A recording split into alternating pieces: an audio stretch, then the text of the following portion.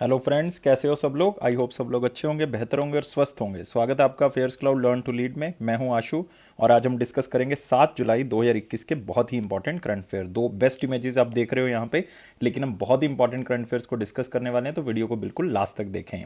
और गाइस, आप हमारी एप्लीकेशन को डाउनलोड कर सकते हो। एप्लीकेशन का नाम है करियर्स क्लाउड और इसका लिंक जो है वो डिस्क्रिप्शन बॉक्स में दिया हुआ है। और उसके बाद आप अपनी ईमेल आईडी के थ्रू लॉगिन करें और क्रैक करंट अफेयर्स के ऊपर क्लिक कर सकते हैं हमारी 1 साल की सब्सक्रिप्शन या 2 साल की सब्सक्रिप्शन को बाय करने के लिए। लेकिन इसमें आपको फायदा बहुत इंपॉर्टेंट मिल रहा है कि 90 से 95% तक वो करंट अफेयर्स आपको मिलेंगे जो आपके एग्जाम में होंगे।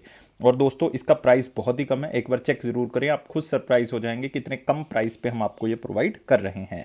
लेकिन हम ये करंट अफेयर किस तरह से कवर करेंगे, हम आपको प्रोवाइड करेंगे डेली सेक्शन। डेली में 3 तरह के सेक्शंस होंगे: detail current affair, question and answer format में करंट अफेयर, और एक होगा क्विज, जो कि आप हर रोज हमारी एप्लीकेशन के ऊपर अटेम्प्ट करोगे। वीकली सेक्शन होगा, वीकली में 3 तरह के जो अलग अलग तरह के आपको सेक्शंस मिलेंगे। एक में detail current affair, question and answer format में, और एक क्विज होगा जो कि आप हमारी एप्लीकेशन के ऊपर हर हफ्ते अटेम्प्ट कर सकते हो। मंथली सेक्शन जो कि सबसे इंपॉर्टेंट है, उसमें हम आपको दे रहे हैं detail current affair, question and answer format of current affair, best 100 current affair वो भी क्वेश्चन एंड आंसर फॉर्मेट में, और एक मिलेगी पॉकेट पीडीएफ, मतलब 2 लाइन और 3 लाइन में आपको करंट अफेयर मिलेंगे ताकि जल्दी जल्दी में आप रिवाइज कर सको अपने एग्जाम से पहले।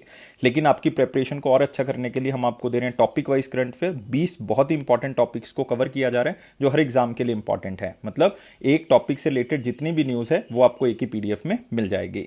अगर आप बैंकिंग स्टूडेंट हैं तो आप यहां से कवर कर सकते हैं 3 चीजें: डिटेल और क्वेश्चन एंड आंसर फॉर्मेट में करंट अफेयर केवल बैंकिंग एंड इकोनॉमी से रिलेटेड, और एक होगा दोस्तों क्विज, जो कि हर महीने आप हमारी एप्लीकेशन के ऊपर अटेम्प्ट करोगे। अगर आप जितना भी पास्ट करंट अफेयर है वो एक ही पीडीएफ से आप रिवाइज करना चाहते हो तो आप इस पीडीएफ का यूज कर सकते हो, एग्जाम पीडीएफ का। और बजट और इकोनॉमिक सर्वे डिटेल में तो मिलेगा, लेकिन एक्सपेक्टेड क्वेश्चन एंड आंसर भी बताए जाएंगे जो आपको एग्जामिनर यहां से पूछ सकता है। हम स्टेट करंट अफेयर्स भी कवर कर रहे हैं। इसका मतलब अगर आप कोई स्टेट का एग्जाम दे रहे हैं तो आप अपने स्टेट करंट अफेयर यहां से कवर करें। और खास बात यह है कि हम हर स्टेट और यूनियन टेरिटरी को कवर कर रहे हैं, तो ये सारी चीजें आपको एक ही सब्सक्रिप्शन के अंदर मिल जाएंगी। कोई अलग अलग सब्सक्रिप्शन लेने की जरूरत नहीं है। आपने क्या करना है, सिर्फ एप्लीकेशन को डाउनलोड करें लिंक से और ईमेल आईडी के थ्रू लॉगिन करें और क्रैक करंट अफेयर्स के ऊपर क्लिक करें और 1 साल या फिर 2 साल की सब्सक्रिप्शन बाय कर सकते हैं। बहुत ही कम प्राइस है यार, एक बार मेरे कहने से चेक जरूर करें, बहुत ही कम प्राइस पे आपको मिल जाएगा। 10% उसके ऊपर भी डिस्काउंट मिल रहा है अगर आप इस कोड को यूज कर लेंगे ASH10 को। और गाइस, आप इस ईमेल पे हमें कॉन्टैक्ट कर सकते हैं, इस नंबर पे कॉन्टैक्ट कर सकते हैं। अगर आपको कोई भी तरह की कोई परेशानी आ रही है, कोई क्वेरी है, तो यहां से रिजॉल्व कर सकते हैं। तो स्टार्ट करते हैं 7 जुलाई 2021 का करंट अफेयर। लेकिन उससे पहले मैं सारे बच्चों से रिक्वेस्ट करूंगा कि हमें मोटिवेट करने के लिए आप वीडियो को लाइक करें, शेयर करें और सब्सक्राइब करें। इन तीनों चीजों से जो है वो हमारा मनोबल बढ़ेगा और इसको आप लोग ही जो है वो हम तक प्रोवाइड कर सकते हो। और गाइस, हमारे टेलीग्राम ग्रुप को ज्वाइन कर लें, लिंक जो है वो भी नीचे दिया हुआ डिस्क्रिप्शन बॉक्स में। तो मोस्ट इंपॉर्टेंट क्वेश्चन में पहला क्वेश्चन है, who became the brand ambassador of Khadi प्राकृतिक पेंट काउ डंग पेंट, जिसको कहा गया है to promote the paint across the country. मतलब ये नेचुरल पेंट जो है वो बनाया गया है काउ डंग से, आप कह सकते हो, मतलब जो गाय का अवशेष है उससे बनाया गया है, तो उसको नाम दिया गया खादी प्राकृतिक पेंट। उसका ब्रांड एम्बेसडर किसको बनाया गया है? तो दोस्तों बहुत ही इंपॉर्टेंट है, क्योंकि ऐसा मतलब बहुत ही कम देखने को मिला है कि कोई यूनियन मिनिस्टर जो है वो ब्रांड एम्बेसडर बना हो। और आंसर क्या होगा इसका? नितिन गडकरी जी होंगे। तो आप यहां पे देख सकते हो इंपॉर्टेंट पॉइंट रेड में आप देख सकते हो यहां पे।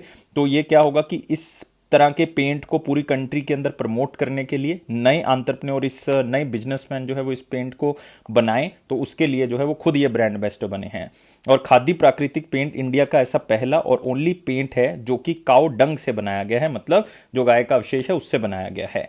और इसका एक प्लांट भी जो है वो ओपन किया है जो हमारे पास नितिन गडकरी जी हैं, उन्होंने जयपुर राजस्थान के अंदर। मतलब ये भी आप याद रख सकते हो स्पेशली राजस्थान के स्टूडेंट की, ये कहां पे ओपन किया गया है। तो इस तरह के और भी यूनिट्स जो है वो लगाए जाएंगे ताकि कैपेसिटी जो है वो बढ़ाई जा सके। और इसके अंदर जो है वो अष्ट लाभ हैं, मतलब इस पेंट के फायदे क्या हैं, 8 तरह के बेनिफिट्स हैं अलग अलग अकॉर्डिंग टू दिस पेंट। कि वो आपको एंटी बैक्टीरियल पेंट प्रोवाइड करेगा, ये वाला एंटी फंगल होगा, नेचुरल थर्मल इंसुलेशन प्रॉपर्टीज होंगी इसके अंदर, इको फ्रेंडली होगा, नॉन टॉक्सिक होगा, ऑर्डरलेस होगा, कॉस्ट इफेक्टिव होगा, मतलब सस्ता होगा। आप कह सकते हो इसमें जो हानिकारक मेटल्स हैं लाइक लेड हो गया, मरकरी हो गया, क्रोमियम, आर्सेनिक, वो भी इसके अंदर नहीं मिलेगा। तो ये सारे फायदे जो है वो इसके हैं और इसको यूज किया जा सकता है। बाकी आने वाले टाइम के अंदर पता लगेगा कि किस तरह से हम इसको जो है वो यूज कर सकते हैं। लेकिन आपने याद रखना है, ये जो मिनिस्ट्री इंपॉर्टेंट है यहाँ पे वो है ministry of micro small and medium enterprises. तो मेरे ख्याल से आज लास्ट टाइम मैं बता रहा हूँ, क्योंकि आज शायद ये बांट दी जाए किसी और को, क्योंकि आज शाम को 6 बजे विस्तार होना है कैबिनेट का। तो नितिन जयराम गडकरी जी अभी तक जो है वो micro small and medium enterprises के यूनियन मिनिस्टर हैं। तो कल शायद मैं आपको ये नहीं बताऊंगा, कल शायद किसी और का नाम बताऊंगा, लेकिन फिर भी आप इसको याद रखें। अगर नहीं भी रखना चाहते तो कल हम विस्तार में करेंगे तो उसको याद रख सकते हैं। अगले क्वेश्चन के ऊपर आते हैं। President Ramnath Kovind ji appointed new governors for 8 states. तो 8 स्टेट्स के यार गवर्नर चेंज हो गए काफ़ी टाइम से। आपको पता है कि जैसे मध्य प्रदेश में एडिशनल चार्ज चल रहा था, मध्य प्रदेश में आप देख सकते हो कि आनंदीबेन पटेल काफ़ी टाइम से जो है वो एडिशनल चार्ज लेके बैठी हुई थी, क्योंकि लालजी टंडन जी का देहांत हो गया था। और आप गोवा में भी देख सकते हो भगत सिंह किशोरी जी जो कि महाराष्ट्र के गवर्नर थे, एडिशनल चार्ज है। लेकिन आर्टिकल 155 के तहत जो इंडियन कॉन्स्टिट्यूशन है उसमें लिखा गया है कि गवर्नर जो हैं वो अपॉइंट किए जा सकते हैं किसके द्वारा? प्रेसिडेंट के द्वारा। और आर्टिकल 159 में लिखा हुआ है कि उनको शपथ कौन दिलाएगा? जो उस स्टेट का चीफ जस्टिस होगा, मतलब उस हाई कोर्ट का चीफ जस्टिस होगा, वो उनको क्या दिलाएंगे? शपथ। ये दोनों आर्टिकल दोस्तों बहुत इंपॉर्टेंट है और आपने याद रखना है। अब गोवा के भगत सिंह किशोरी नहीं रहेंगे दोस्तों गवर्नर, क्योंकि परमानेंट गवर्नर उनको मिल गया है। वो कौन है? PS श्रीधरन पिल्लाई। याद रखेंगे, PS श्रीधरन पिल्लाई जो है वो परमानेंट गवर्नर बन गए हैं गोवा के। ये पहले कहां के गवर्नर थे? ये मिजोरम के थे दोस्तों। मतलब ये भी हमें याद रखना है कि कहां के गवर्नर थे? मिजोरम के गवर्नर थे। त्रिपुरा के आप देख सकते हो यहां पे सत्यदेव नारायण आर्य जो कि हरियाणा के गवर्नर थे, अब वो त्रिपुरा के गवर्नर जो हैं वो बन गए हैं। और झारखंड के रमेश बायस बन चुके हैं जो कि कहां के गवर्नर थे? त्रिपुरा के थे। मतलब आप देख सकते हो कि किस तरह से शफल जो है वो यहां पे किया गया है। कर्नाटका के बहुत ही इंपॉर्टेंट है, ये क्वेश्चन आपको पूछा जा सकता है, मोस्ट इंपॉर्टेंट लिख रहा हूं मैं इसके आगे। और ये याद रखेंगे, थावरचंद गहलोत जी जो कि हमारे यूनियन मिनिस्टर थे सोशल जस्टिस एंड एम्पावरमेंट के, आज किसी और को लगा दिया जाएगा शाम को 6 बजे, लेकिन union minister of social justice से उन्होंने रिजाइन कर दिया, तो वो क्या बना दिए गए? कर्नाटका के गवर्नर। हरियाणा के पहले सत्यदेव नारायण आर्य थे, लेकिन अभी बंडारू दत्तात्रेय जी बना दिए गए जो कि हिमाचल प्रदेश के थे। तो मिजोरम के जो हैं वो एक नया नाम आपको यहां पे मिलेगा, बाकी नाम किसी ना किसी तरह से आपने सुए हुए थे, क्योंकि आपने इसको शफल ही किया है, एक जगह से दूसरी जगह पे लगाया और उस जगह पे किसी और को लगा दिया। लेकिन मिजोरम में जो है वो एक नया नाम आपके सामने आया, डॉक्टर हरि बाबू कंभमपति। तो किसी भी तरह से याद रखें, डॉक्टर हरि बाबू नाम से याद रखेंगे। मिजोरम का भी पूछा जा सकता है। मध्य प्रदेश के मैं पहले बता चुका हूं, आनंदीबेन पटेल थी, लेकिन अभी मंगूबाई शगनबाई पटेल लगा दिए गए। मेरे ख्याल से नाम में कोई भी दिक्कत नहीं आएगी। हिमाचल प्रदेश के राजेंद्र विश्वनाथ आर्लेकर लगा गया, ये भी आपको एक नया नाम जो है वो मिलेगा। तो 2 नाम आपको यहां पर नए मिल रहे हैं, लेकिन फिर भी मैं आपको बता देता हूं इसको हटा के एक बार कि कौन कौन से सबसे ज्यादा इंपॉर्टेंट है। मतलब मोस्ट इंपॉर्टेंट जो मैं लिख रहा हूं ये सबसे इंपॉर्टेंट है, जो आपने याद रखने ही रखने हैं किसी भी तरह से। मतलब पहले इनको पढ़ोगे फिर आप जो है वो अगला काम करोगे।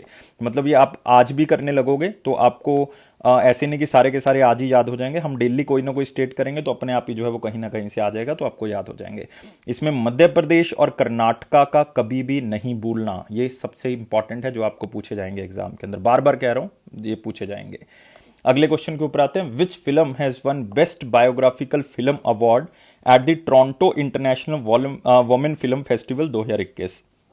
तो Toronto international women film festival में कौन सी फिल्म को बेस्ट बायोग्राफिकल फिल्म अवार्ड मिला है? और ये मिला है डिकोडिंग शंकर। और डिकोडिंग शंकर का मतलब है, मैं बात कर रहा हूं बहुत ही फेमस और बहुत ही वर्सटाइल सिंगर किसकी? शंकर महादेवन की। शंकर महादेवन आपने शायद सुना होगा, शंकर एहसान लॉय।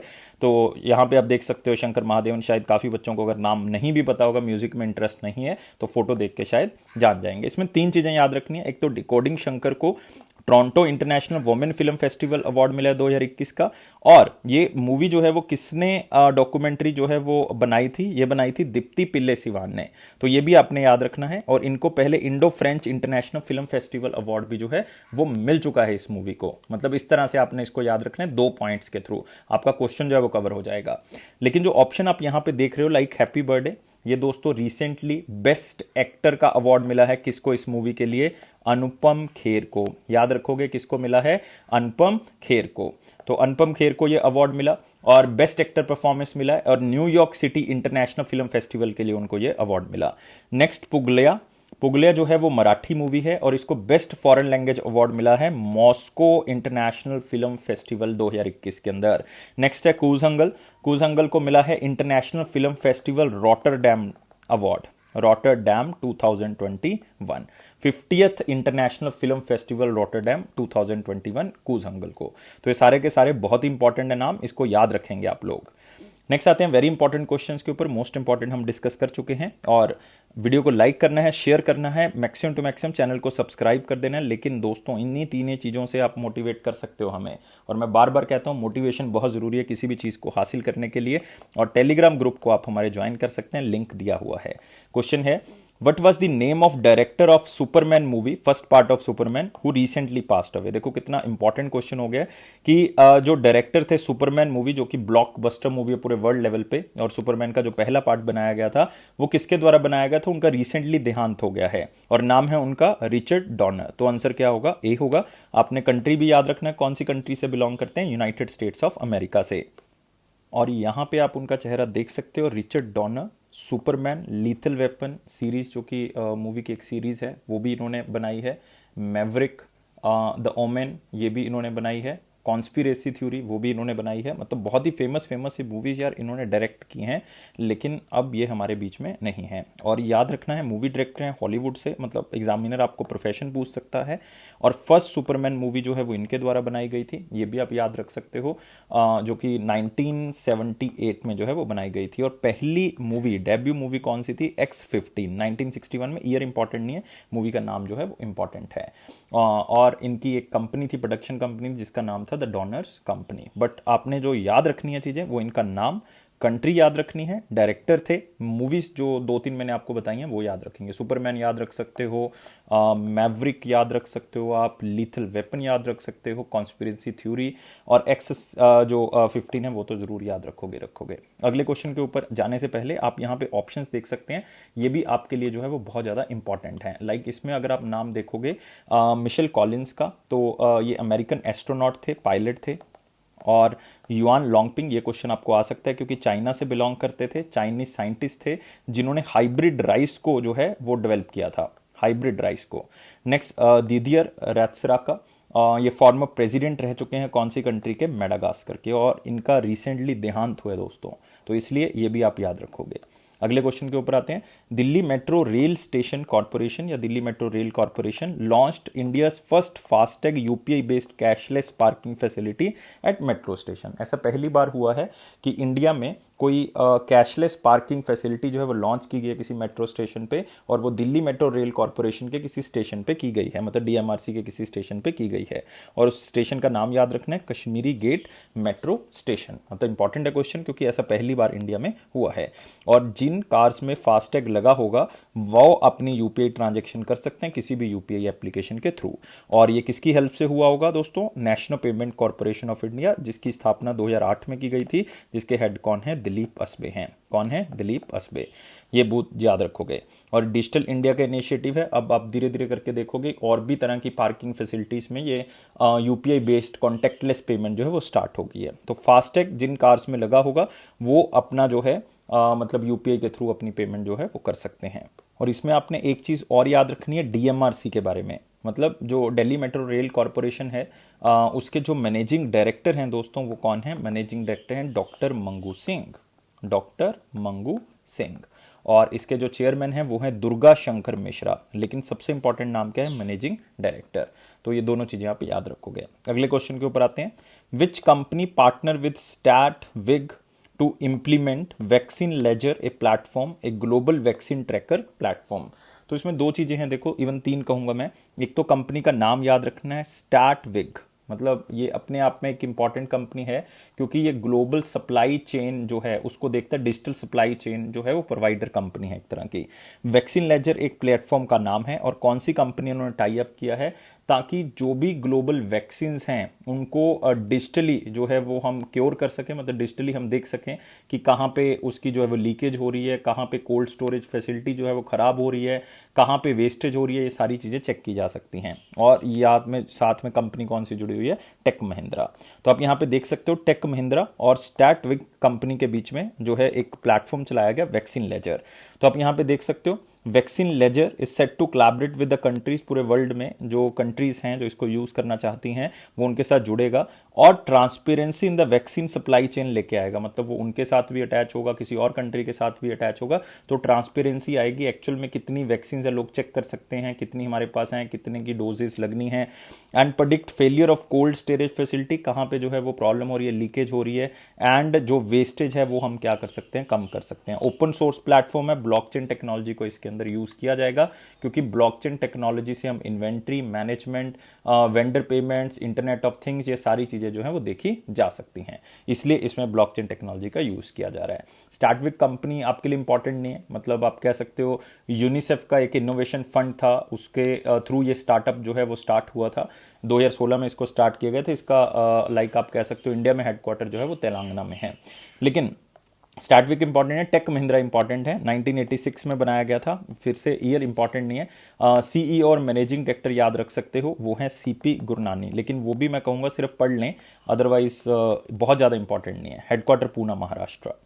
नेक्स्ट आते हैं दोस्तों अगले क्वेश्चन के ऊपर। flexilloans.com collaborated with which company to offer digital and feasible loans to small and medium sized enterprises। मतलब जो flexilloans.com है, आप सबको पता है कि loan providing company, digital loan जो है वो प्रोवाइड करती है फ्लेक्सी लोन्स। इन्होंने एक प्लेटफॉर्म चुना है कि उसके उस प्लेटफॉर्म के ऊपर जाके ये अपने आप को जो है वो पेश करेंगे कि हम ये लोन्स जो हैं वो प्रोवाइड कर रहे हैं, और ये कंपनी कौन सी है, गूगल पे। तो आंसर क्या होगा इसका, ए होगा। मतलब फ्लेक्सी लोन्स का गूगल पे के साथ टाई अप हुआ है कि वो डिजिटल लोन एसएमईज को देंगे गूगल पे के प्लेटफॉर्म पे जाके। तो ऐसा पहली बार हुआ है कि फ्लेक्सी लोन्स जो है वो फर्स्ट लेंडर बना है जो गूगल प्ले पे लाइव जाएगा उनके प्लेटफॉर्म पे।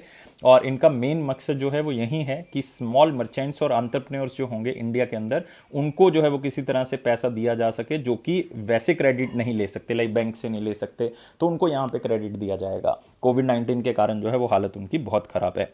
और इनका टारगेट क्या है कि 50,000 स्मॉल मीडियम बिजनेसेस को अगले 1 साल के अंदर जो है वो ये लोन जो है वो प्रोवाइड कर सकें। और आपको पता ही है कि फ्लेक्सी लोन्स का जो प्लेटफॉर्म है वो बहुत ही अच्छा प्लेटफॉर्म है, ऑनलाइन जो उन्होंने बनाया हुआ है उसमें मतलब जितना भी सिस्टम है वो ऑटोमेटिक सिस्टम है, मतलब उसमें क्रेडिट कैपेबिलिटीज जो है वो लगाई गई हैं ताकि पूरे कंट्री के इकोसिस्टम को पूरा कर सके। मतलब किसी को किसी भी तरह का लोन चाहिए वो वहां पे उनको मिल सकता है। इवन पिछले 4 सालों के अंदर उन्होंने 1,000 करोड़ रुपया जो है वो दे दिया है 1400 सिटीज के अंदर, मतलब 1400 शहर के अंदर अलग अलग उन्होंने 1,000 करोड़ रुपया ऑलरेडी वो डिस्पर्स कर चुके हैं। तो मतलब अलग अलग जगह पे उन्होंने ये लोन प्रोवाइड किया है।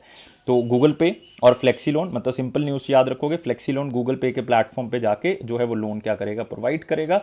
सिंपल है, किसको करेगा, मीडियम एंड स्मॉल एंटरप्राइजेस को। और गूगल पे के बारे में याद रखोगे, वैसे तो गूगल पे गूगल के द्वारा 2015 में लॉन्च कर दिया गया था, लेकिन वो एंड्रॉयड एप्लीकेशन पे था, एंड्रॉयड पे के नाम से, लेकिन बाद में इसको गूगल पे कहा गया 2018 के अंदर, ये भी याद रख सकते हो। और इसका headquarter California, United states of America के मिलेगा। और सीईओ कौन है, सुंदर पिचाई, गूगल के सीईओ सुंदर पिचाई।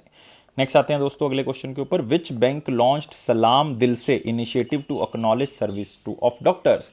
तो फिर से एक इंपॉर्टेंट क्वेश्चन आ गया, मतलब डॉक्टर डेज को सेलिब्रेट किया जा रहा है।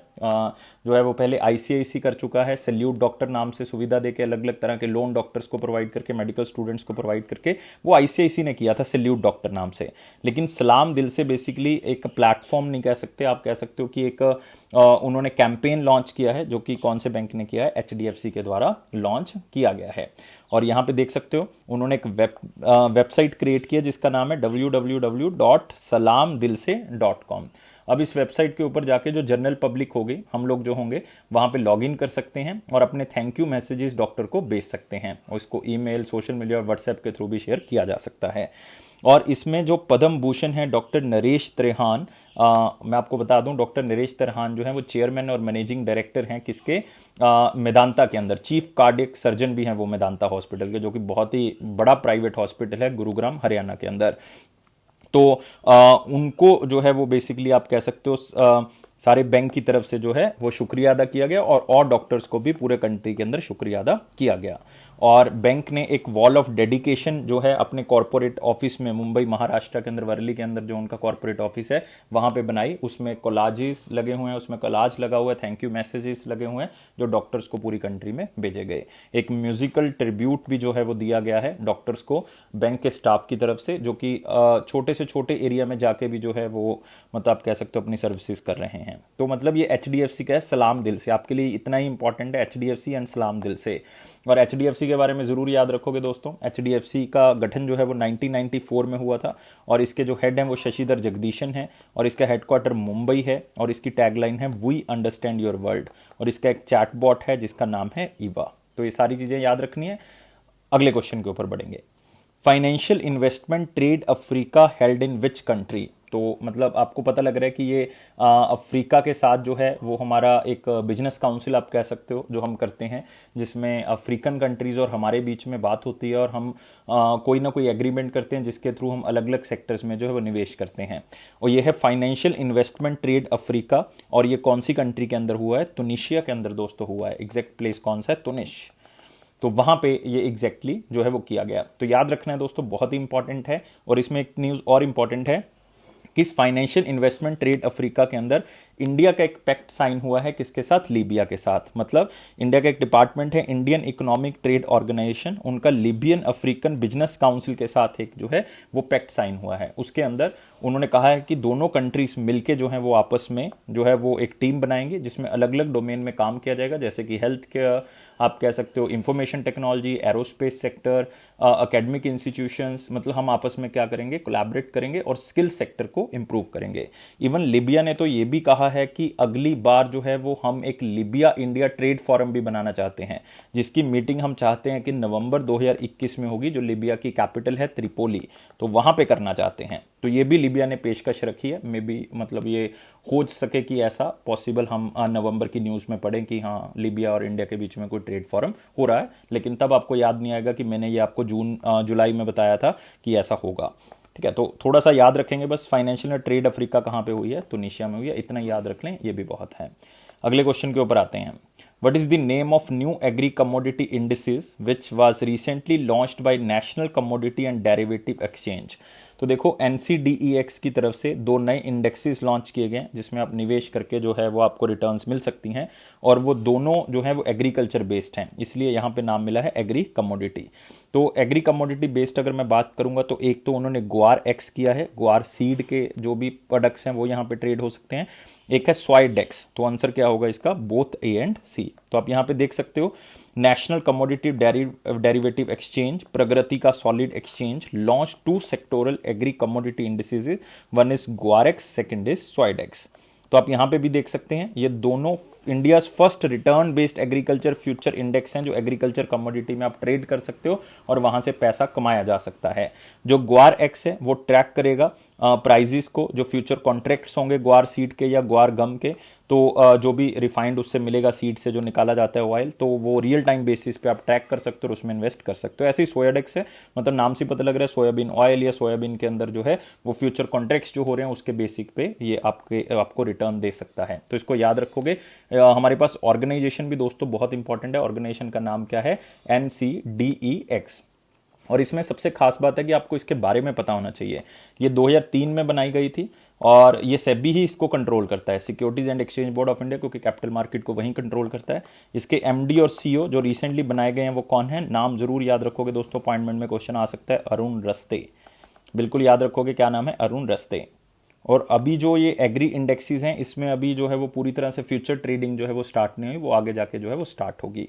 और आपको एक बात और सीखनी है यहाँ पे कि नेशनल कमोडिटिव डेरिवेटिव एक्सचेंज ने 2020 में एक इंडेक्स स्टार्ट किया था जिसका नाम था एग्रीडेक्स, तो वो भी आप याद रख सकते हो एग्रीडेक्स।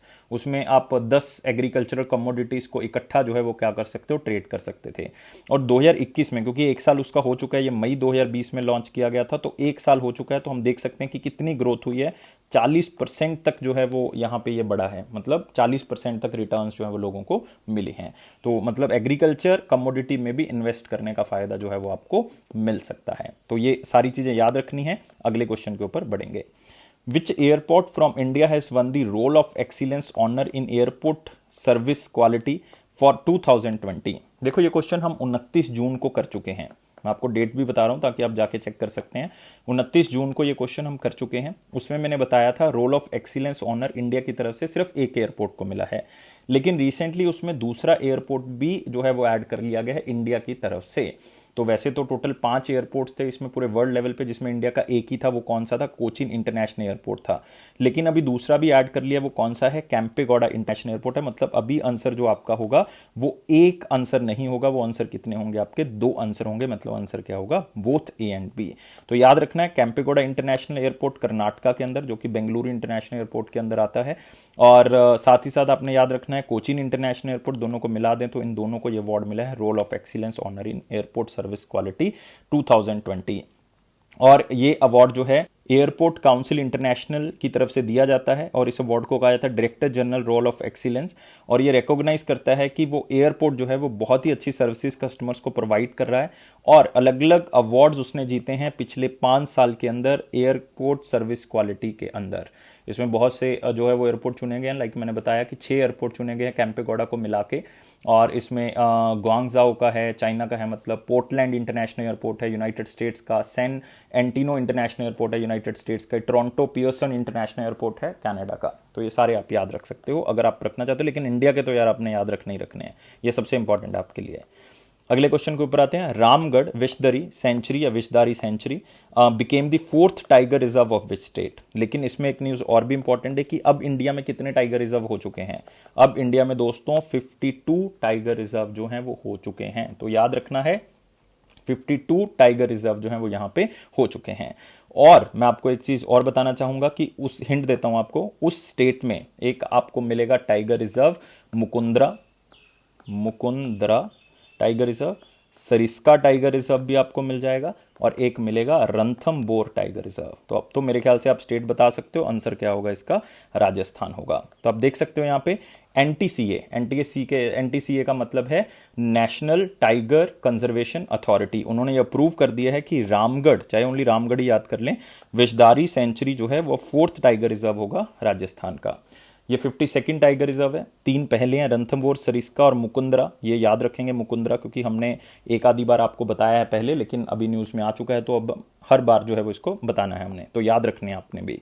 और स्पेशली राजस्थान के जो स्टूडेंट्स हैं उन्होंने याद रखना है कि ये 2 टाइगर रिजर्व के बीच का एरिया है। कुछ एरिया रणथंबोर टाइगर रिजर्व का है, कुछ एरिया मुकुंदरा टाइगर रिजर्व का है, और इसका टोटल एरिया 1071 स्क्वायर किलोमीटर है। और इसको वाइल्ड लाइफ सेंचुरी डिक्लेयर किया गया था 1982 में, लेकिन 2021 में अब ये टाइगर रिजर्व बन चुका है। तो इंपॉर्टेंट फैक्ट तो आपको यहां से पता लग गए हैं, लेकिन यहां पे एक बात और याद रखनी है, क्योंकि हम यहां पे बात करें टाइगर रिजर्व की, और प्रोजेक्ट टाइगर स्टार्ट हुआ था कौन से ईयर में, 1973 में। 1973 में, क्योंकि वाइल्ड लाइफ प्रोटेक्शन एक्ट का पास हुआ था 1972 में, तो इसलिए 1973 आप इसमें याद रखोगे। और दोस्तों रिसेंटली चीता जो है, जो कि आप कह सकते हो कि इंडिया में एक्सटिंक्ट डिक्लेयर कर दिया गया था कौन से ईयर में, 1952 में, कि है नहीं, इंडिया में एक्सटिंक्ट हो चुका है, अब इंडिया में नहीं हो सकता, तो 1952 में एक्सटिंक्ट डिक्लेयर कर दिया गया था। अब उसको री इंट्रोड्यूस किया जा रहा है इंडिया में नवंबर 2021 में कुन्नो नेशनल पार्क के अंदर, मध्य प्रदेश में। अब आप सोच रहे होगे कि ये आएगा कहां से चीता। इसको दोस्तों पहली बार हो रहा है पूरे वर्ल्ड में कि कोई मांस खाने वाले जानवर को आप एक कॉन्टिनेंट से दूसरे कॉन्टिनेंट में लेके आ रहे हो। मतलब इसको अफ्रीका से, मतलब साउथ अफ्रीका और नामीबिया से जो है वो लेके आ जाएंगे 10 अफ्रीकन चीता, और वो कुन्नो नेशनल पार्क में जो है वो रखे जाएंगे मध्य प्रदेश के अंदर। और ऐसा पूरे वर्ल्ड में पहली बार हो रहा है कि कोई मांस खाने वाले जानवर को आप एक कॉन्टिनेंट से दूसरे कॉन्टिनेंट में लेके आ सके। तो मतलब देख सकते हो आप यहाँ पे किस तरह की न्यूज आपसे पूछी जा सकती है। बहुत ही इंपॉर्टेंट क्वेश्चन हो चुका है, याद रखना है। राजस्थान के चीफ मिनिस्टर दोस्तों आपको पता है अशोक गहलोत जी। तो बहुत से गवर्नर बदले गए हैं, राजस्थान के तो नहीं बदले गए हैं, तो कलराज मिश्रा जो है वो आप यहाँ पे नाम याद रखोगे। अगले क्वेश्चन के ऊपर आते हैं। Ministry of tribal affairs and which ministry signed in joint communication to give more powers to the tribal community.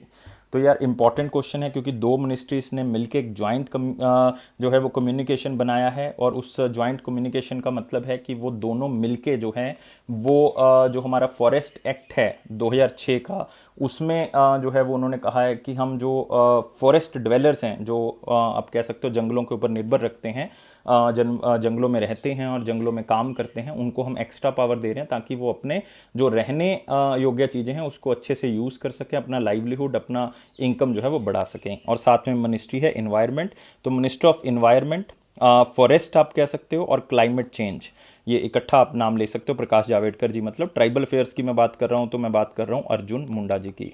Arjun Munda Khunti से जो है वो क्या है, एमपी हैं, और खुंती कहाँ पे है, झारखंड के अंदर।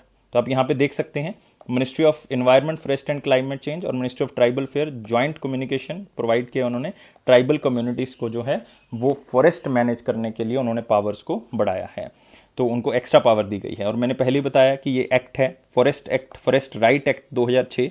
तो उसमें ट्रेडिशनल जो फॉरेस्ट डवेलर्स हैं फॉरेस्ट के ऊपर ही निर्भर करते हैं और शेड्यूल्ड ट्राइब से बिलोंग करते हैं, तो उनकी पावर को थोड़ा सा बढ़ाया गया है, उनको और पावर दी गई है कि वो फॉरेस्ट का रिसोर्सेज का किस तरह से यूज जो है वो कर सकते हैं। इसलिए आपने दोनों ही चीज़ें जो हैं वो इसमें याद रखनी है। और एक चीज और कि अब वो बढ़ी हुई पावर के साथ जो है वो फॉरेस्ट को बचा के रखेंगे, मैनेज करेंगे फॉरेस्ट को, और कोई भी अनलॉफुल एक्टिविटी होने से वहां पे रोकेंगे, उनको ये पावर दी गई है। और साथ ही साथ उनको फॉरेस्ट वेलर्स को ये भी कहा गया कि एजुकेशन, हेल्थ, न्यूट्रिशन और इंफ्रास्ट्रक्चर के ऊपर भी आप ध्यान रखोगे, ताकि आपका वेलबींग, आपका लाइवलीहुड, आपकी नीड्स जो है वो कहाँ क्या हो सके, यहाँ पे पूरी हो सके। तो मतलब आप कह सकते हो ट्राइबल लोगों को और अच्छा करने के लिए पावर्स उनके लिए बढ़ाई गई हैं। तो सिंपल क्वेश्चन है, सिर्फ 2 मिनिस्ट्रीज जो है वो आपने याद रखनी है। और प्रकाश जावड़ेकर जी आपको पता ही है लोकसभा के मेंबर नहीं है, प्रकाश जावड़ेकर जी कहाँ के मेंबर हैं, राज्यसभा के। कहाँ से हैं ये भी याद रख सकते हैं, महाराष्ट्र से हैं। क्लियर।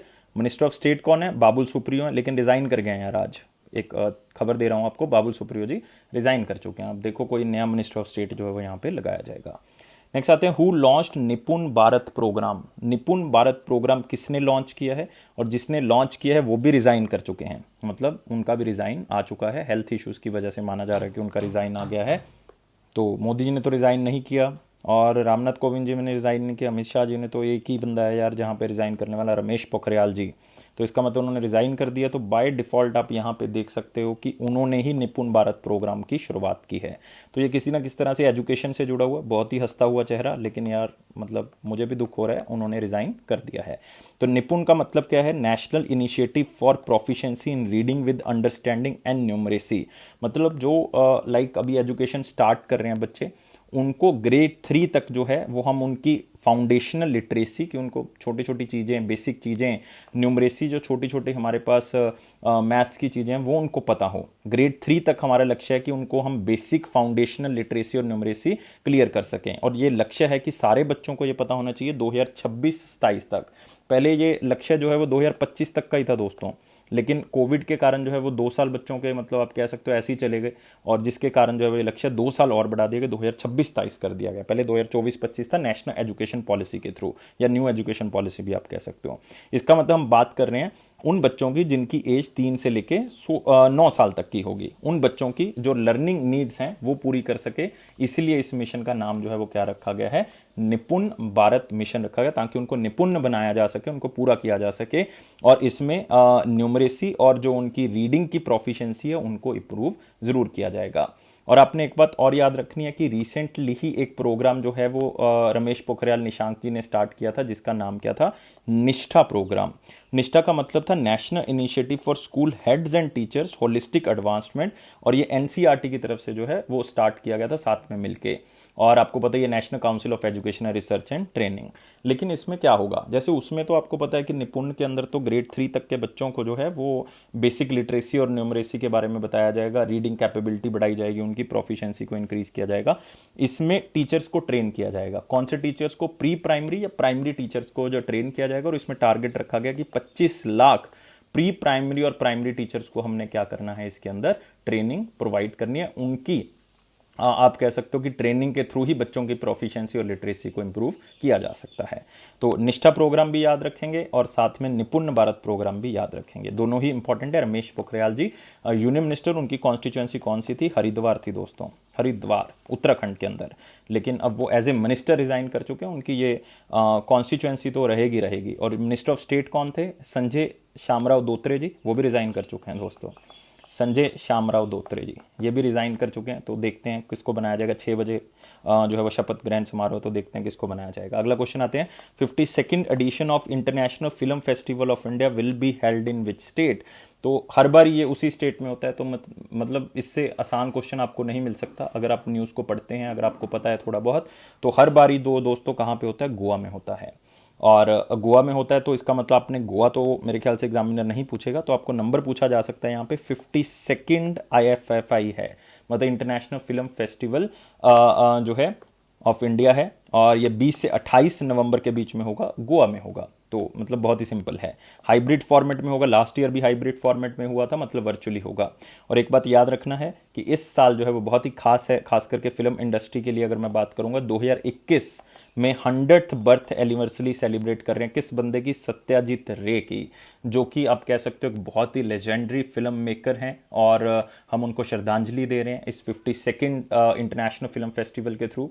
और याद रखना है, हमने एक अवार्ड स्टार्ट किया है नया उनकी याद में, सत्यजीत रे life time achievement award for excellence in cinema. ये दिया जाया करेगा हर साल, अब 2021 में पहली बार दिया जाएगा, तो देखते हैं किसको मिलेगा।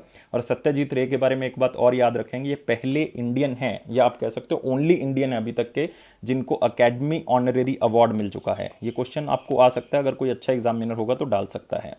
ऑनरेरी अवार्ड जो है वो मिला है, जो कि उन्होंने 1992 में ऑस्कर्स के दौरान रिसीव किया था। याद रख सकते हो आप, इंपॉर्टेंट भी है।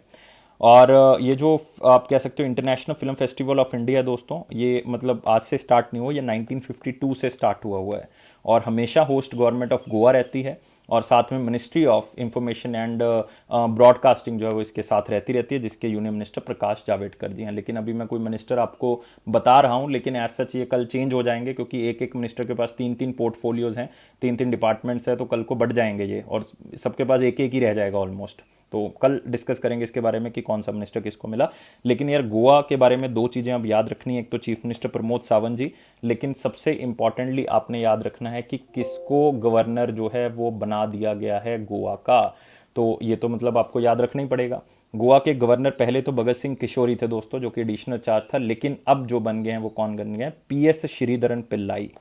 PS श्रीधरन, ऐसे ही धीरे धीरे करके आपको सारे याद हो जाएंगे, क्योंकि मैंने तो आपको रोज ही बताने हैं, जो जो स्टेट आ जाएगी आपको बताते रहेंगे। PS श्रीधरन पिल्लाई ये किसके थे? ये मिजोरम के गवर्नर थे, लेकिन अब किसके बन चुके हैं? गोवा के बन चुके हैं। ऐसे ही बताता रहूंगा, याद हो जाएंगे। मिजोरम के कौन लगा दें? डॉक्टर हरि बाबू लगा दिए गए हैं। अगले क्वेश्चन के ऊपर आते हैं। Which bank has partner with creditors solutions to offer a guided and customized digital debt management solution। तो क्रेडिटर्स तो दोस्तों डिजिटल मैनेजमेंट सोल्यूशन कंपनी है ही है। इन्होंने एक बैंक के साथ टाई अप किया है कि जो उन बैंक के लोगों का डेट है, मतलब जिन लोगों ने बैंक से लोन लिया हुआ है, क्रेडिट कार्ड लिया हुआ है, और वो अपने जो क्रेडिट को मैनेज करना चाहते हैं, तो वो इस सर्विसेज का यूज कर सकते हैं जो क्रेडिटर्स इस बैंक को दे रहा है। और ये बैंक फिर से कौन सा है? HDFC bank. तो याद रखोगे, और यहां पे देख सकते हो HDFC and creditor solutions to enable digital self service credit portal. और इसमें क्या होगा कि जो भी जो इस बैंक के कस्टमर्स हैं वो क्रेडिट से रिलेटेड हेल्प लेना चाहते हैं, या जो भी उनको दिक्कतें आ रही हैं, लाइक अपने क्रेडिट कार्ड को मैनेज करने के लिए या लोन पेमेंट्स को मैनेज करने के लिए, तो क्रेडिट एज का प्लेटफॉर्म यूज कर सकते हैं। और ये प्लेटफॉर्म दोस्तों अलग अलग लैंग्वेज में अवेलेबल है, मतलब वर्नाकुलर लैंग्वेज आपकी लोकल लैंग्वेज में अवेलेबल है, तो आप इसका यूज आराम से कर सकते हो। और इस प्लेटफॉर्म के ऊपर कस्टमर्स की हर तरह की दिक्कत जो है वो दूर की जाएगी, जो क्रेडिट से रिलेटेड होगी, और रियल टाइम आप अपना क्रेडिट देख सकते हैं, लाइक आप मॉनिटर कर सकते हैं, मैनेज कर सकते हैं, रीपे कर सकते हैं अपने बिल्स को। तो सिर्फ इस प्लेटफॉर्म को आप किसी भी डिवाइस पे लॉग इन कर सकते हैं, उस पोर्टल को आप ऑन करें, उसके बाद जो है वो आप ये काम कर सकते हैं। मतलब एक सिंपल क्वेश्चन है, बस बहुत ज्यादा याद नहीं रखना, सिर्फ बैंकिंग के स्टूडेंट्स के लिए क्वेश्चन है, अदरवाइज याद रखोगे। HDFC के बारे में पहले भी बता चुका हूं, 1994 में इसको बनाया गया। शशिधर जगदीशन जो है वो इसके हेड हैं। वी अंडरस्टैंड योर वर्ल्ड जो है वो इसकी टैगलाइन है। इसका हेडक्वार्टर मुंबई है दोस्तों, और इसका चैटबॉट नाम क्या है? ईवा।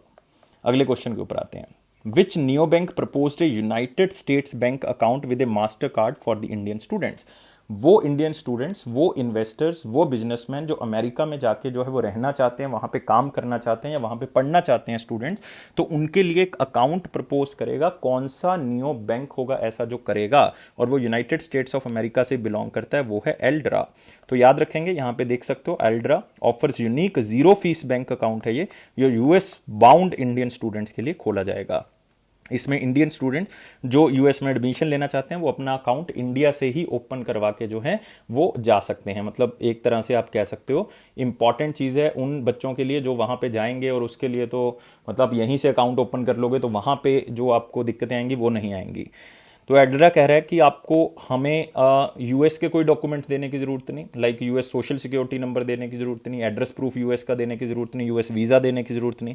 आप अपना इंडियन पासपोर्ट नंबर दें, आप अपना लोकल डॉक्यूमेंट दें इंडिया के, जिसमें आपकी KYC जो है वो हो जाएगी। और फिर क्या करना है, आप अपना अकाउंट ओपन कर सकते हो। इवन आप इंडिया से भी ऑपरेट कर सकते हो। इवन आपका अगर वीज़ा नहीं भी आया अभी F1 वीज़ा, तो भी आप उसको इंडिया से ऑपरेट कर सकते हो। मतलब आपकी जो ट्रांजैक्शंस हैं वो यहीं से इंडिया से ही स्टार्ट हो जाएंगी, और चाहे आप कोई यूएस डॉलर भेजना चाहते हो, फीस वहां पे ऐड करना चाहते हो, तो सारी यहीं से हो सकती हैं। कोई मिनिमम बैलेंस रिक्वायरमेंट नहीं है, और it does not have foreign currency markup fees, और कोई फीस नहीं लेंगे कि आप इसमें फॉरेन करेंसी डाल रहे हो, कोई एक्स्ट्रा आपको चार्जेस देने पड़ेंगे, तो ऐसा कुछ भी नहीं है। तो मतलब एक सुविधा है उन इन्वेस्टर्स के लिए, प्रोफेशनल के लिए, इंडियन स्टूडेंट्स के लिए जो यूएस जाना चाहते हैं, और वो अपना अकाउंट यहीं से खोल के जा सकते हैं। इवन अपना वीज़ा लगने से पहले भी आप इसको यूज़ कर सकते हो। और एल्ड्रा फाइनेंशियल जो कंपनी है वो 2019 में इस्टेब्लिश की गई थी, हेडक्वार्टर इसका यूनाइटेड स्टेट्स ऑफ अमेरिका में है, और कुछ याद रखने की ज़रूरत नहीं है।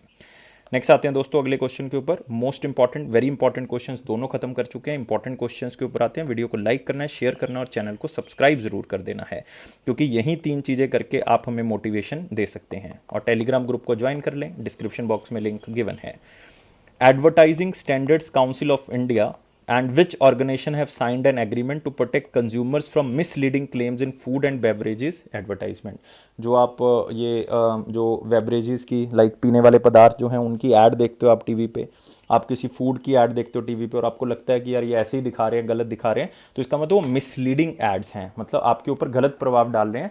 तो एक तो advertising standard council of India, एक फूड एंड सेफ्टी जो हमारी ऑर्गेनाइजेशन है, उन्होंने टाई अप किया है कि हम उन एड्स के ऊपर निगाह रखेंगे और पुरानी एड्स को भी हम चेक करेंगे।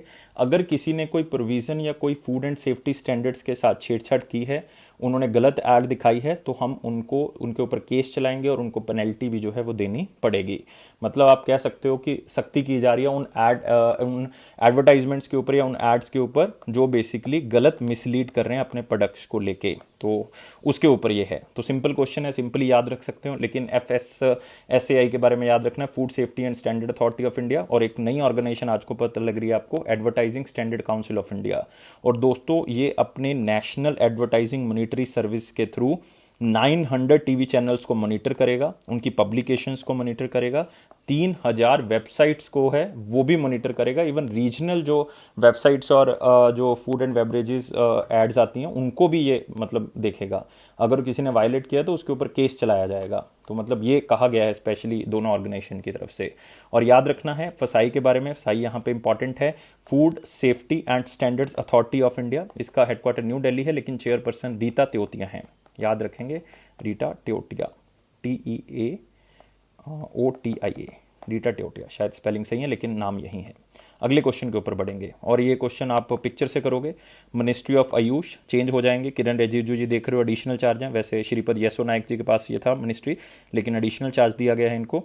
और इन्होंने 5 तरह के अलग अलग पोर्टल जो है वो रिलीज़ किए हैं, जैसे कि आप यहाँ पे भी देख रहे हो, शाही, ई मेदा, ठीक है, ये सारे पोर्टल जो है वो रिलीज़ किए गए हैं। तो आप देख सकते हो ये पोर्टल्स हैं दोस्तों, इनकी एब्रीवेशन आप देख रहे हो, clinical trials registry India, showcase of Ayurveda historical, the electronic medical heritage accession, AYUSH manuscripts, additional advance repository, central council for research हैं। तो बहुत ज़्यादा इंपॉर्टेंट क्वेश्चन नहीं है, ना ही आपको ये पूछने वाला है कि ये पोर्टल किसने लॉन्च किया है, सिर्फ एक बार पढ़ लें ताकि बाय चांस किसी मतलब डाल दिया किसी मुश्किल घड़ी में आप आ गए हो तो मतलब आप इसको कर सकते हो। तो अदरवाइज़ कोई खास इंपॉर्टेंट नहीं है। लेकिन किरण रिजिजू जी की पोस्ट जो है वो बढ़ेगी कहा जा रहा है, तो देखते हैं पोस्ट बढ़ेगी, कौन सी मिलेगी इनको। नेक्स्ट आते हैं Sukhbir Singh Sandhu appointed as the chief secretary of Uttarakhand. Uttarakhand में बहुत हलचल दोस्तों इस टाइम पीरियड पे हो रही है, क्योंकि उत्तराखंड के आपको पता है कि रिसेंटली चीफ मिनिस्टर भी लगाए गए हैं, पुष्कर सिंह जी जो हैं वो चीफ मिनिस्टर नए बनाए गए हैं, और साथ ही साथ आप देख रहे हो सुखबीर सिंह संधू अब चीफ सेक्रेटरी बना दिए गए हैं। ये पहले चेयरमैन थे दोस्तों national highway authority of India के, लेकिन अब वहाँ पे पोजीशन खाली हो गई तो वहाँ पे किसी ना किसी को लगाया जाएगा, वो भी हम कवर करेंगे। लेकिन उत्तराखंड के स्टूडेंट्स के लिए बताना चाहूँगा, इससे पहले ओम प्रकाश थे चीफ सेक्रेटरी, लेकिन अभी कौन बना दिए? Sukhbir Singh Sandhu. Next, world zoonosis day 2021 6 जुलाई को जो है वो मनाया गया। तो मतलब आपको पता होना चाहिए जूनोसिस मतलब जूनोटिक डिजीजेस, वो डिजीजेस जो जानवरों से ह्यूमंस में फैलती है उसको हम कहते हैं जूनोटिक डिजीजेस या जूनोसिस। तो 6 जुलाई को इसको मनाया जाता है ताकि अवेयरनेस क्रिएट की जा सके कि ये इन्फेक्शन जो है वो ट्रांसमिट कैसे हो रही है एनिमल से ह्यूमंस की तरफ, तो हमें बच के रहना है। और 6 जुलाई को इसलिए क्योंकि 6 जुलाई 1885 को जो है वो सबसे पहली बार जो है वो फर्स्ट वैक्सीनेशन आई थी रेबीज़ की, जो कि जानवर से आप कह सकते हो ह्यूमंस में फैलती है, तो इसलिए मतलब 6 जुलाई जो है वो दिन रखा गया। नेक्स्ट आते हैं sea breaker Israel unveiled 5th generation maritime and land based long range attack weapon system. एक तरह की मिसाइल है दोस्तों, जिसका नाम क्या रखा गया, सी ब्रेकर, और किसके द्वारा बनाई गई, इजराइल की तरफ से। इजराइल की एक डिफेंस कंपनी है Rafael advanced defence system, confuse नहीं करना फ्रेंच की उससे द सॉल्ट कंपनी के साथ। द सॉल्ट का नाम है प्लेन का, उसका नाम है राफेल, यहां पे राफेल कंपनी का नाम है राफेल एडवांस्ड डिफेंस सिस्टम। और ये ऑल वेदर मिसाइल है, आप कह सकते हो सी ब्रेकर इसका नाम है। और ये आप कह सकते हो कि सरफेस से भी फायर की जा सकती है, मतलब समुद्र से भी फायर की जा सकती है। तो ये बहुत इंपॉर्टेंट है और इसकी रेंज 300 किलोमीटर के आसपास है, इजराइल की तरफ से इसको बनाया गया है। तो सिंपली याद रखोगे जो मैंने आपको बताया है, 4 मीटर लंबी है ये, और बस इतना ही याद रखो। Next, international business machine president and former Red Hat CEO Jim Whitehurst quit. सिर्फ नाम याद रख सकते हो आप, इसमें और कुछ याद रखने वाला नहीं है। ये इवन अमेरिकन जो मल्टीनेशनल टेक्नोलॉजिकल कंपनी है इंटरनेशनल बिजनेस मशीन्स, उन्होंने अनाउंस किया कि जिम वाइटहर्स्ट जो हैं वो डिसाइड कर चुके हैं कि वो एज ए प्रेसिडेंट जो है वो कंपनी में स्टेप डाउन करेंगे। एज ए सीनियर एडवाइजर वो रहेंगे कंपनी के, लेकिन वो एज ए किसी पोस्ट के ऊपर नहीं काम करेंगे। और रेड हैट को जब IBM के अंदर मर्ज किया गया था तो इनका बहुत बड़ा रोल था। नेक्स्ट, निहाल सरीन जो हैं वो Silver Lake Open chess tournament जीत चुके हैं सर्बिया का। तो फिर से एक सिंगल लाइन न्यूज़ है आपके लिए, और नाम याद रखना है, निहाल सरीन 16 साल के हैं और इन्होंने Silver Lake Open chess tournament जीत लिया है। 8 पॉइंट जो है वो इन्होंने जीते हैं 9 राउंड्स के अंदर, और इन्होंने सर्बिया के प्लेयर को हराया फाइनल्स में। तो याद रखोगे नाम और कहाँ पे ये टूर्नामेंट हुआ है, सर्बिया के अंदर। Agriculture prices to ease global target on climate hunger unlikely to met by the FAO and OECD। तो फिर से एक रिपोर्ट है, किसके द्वारा दी गई है, FAO की तरफ से दी गई है, food and agriculture organisation and organisation for economic cooperation and development की तरफ से रिपोर्ट दी गई। इसमें 2 चीजें हैं। एक तो इन्होंने कहा है कि जो फूड कमोडिटीज होंगी उनके प्राइस जो है वो कम होंगे 2021 से लेकर 30 के बीच में। क्यों कम होंगे, उन्होंने बताया कि प्रोडक्टिविटी बढ़ेगी, इसके अंदर प्रोडक्टिविटी बढ़ेगी तो बाय डिफॉल्ट जो है उसमें जो है वो चीज़ें क्या हो जाएंगी, सस्ती हो जाएंगी। और दूसरी चीज़ इन्होंने कही है कि जब प्रोडक्टिविटी बढ़ेगी इसका मतलब मशीन्स जो हैं वो ज़्यादा चलेंगी, डिमांड बढ़ेगी, तो उसमें क्या होगा कि उस डिमांड की पूर्ति के लिए मशीन्स को चलाना पड़ेगा, तो कार्बन डाइऑक्साइड इमिशन ज़्यादा होगी। तो हंगर जो है वो बेसिकली नहीं हम कंट्रोल कर पाएंगे और कार्बन एमिशन जो है वो ज़्यादा होगी, जिसके कारण हम 2021 से 30 के बीच में जो टारगेट है उसको हम पूरा नहीं कर पाएंगे। तो ये 2 चीज़ें उन्होंने बताई हैं। और FAO का हेडक्वार्टर जरूर याद रखेंगे, रोम इटली के अंदर, मतलब इटली रोम के अंदर आप कह सकते हो। और OECD रिपोर्ट आप कह सकते हो, ये organisation for economic cooperation and development, दोनों ने मिलकर रिपोर्ट दी और इसका हेडक्वार्टर पेरिस के अंदर, याद रखोगे। 6 जुलाई 2021 क्वेश्चन ऑफ द डे के ऊपर आते हैं। क्वेश्चन ऑफ द डे क्या कहता है, which of these banks are not for profit banks owned by depositor. तो फिर से क्वेश्चन बहुत ही इंपॉर्टेंट पूछा गया था आपसे, क्योंकि आपको पता होना चाहिए कि जो हमारे पास कॉपरेटिव बैंक्स हैं वो basically retail and commercial banks हैं जो कि कॉपरेटिव्स जो है वो मैनेज करती हैं। तो याद रखना, अगर कॉपरेटिव मैनेज करती हैं तो वो नॉट फॉर प्रॉफिट बैंक्स होंगे, मतलब जिनका पैसा है उन्हीं के द्वारा जो है वो ओन किया जाता है। तो आंसर क्या होगा, cooperative banks. Question of the day क्या कहता है, बहुत ही सिंपल है, which of these are at the lowest rank और the rung for rural cooperative bank structure in India. मतलब सबसे नीचे रैंक पे जो है वो कौन सा कोऑपरेटिव आता है जो लोकल लेवल पे भी सबसे नीचे ऑपरेट करता है। तो आंसर आप मुझे कमेंट बॉक्स में बताएंगे, मैं आपके आंसर की वेट कर रहा हूं। तो आपने वीडियो को लाइक करना है, चैनल को शेयर करना है, और वीडियो को शेयर करना है, चैनल को सब्सक्राइब करना है। यही 3 चीजें हैं जिसमें आप हमें मोटिवेशन दे सकते हो और मैं आपके लिए अलग अलग इनिशिएटिव लेके आऊंगा। और गाइस, वीडियो को लाइक, शेयर और सब्सक्राइब करने के बाद आपने बेल बटन को प्रेस कर देना, टेलीग्राम ग्रुप को ज्वाइन कर लें ताकि आपको ऑफिशियल नोटिफिकेशन हर वीडियो का मिलता रहे।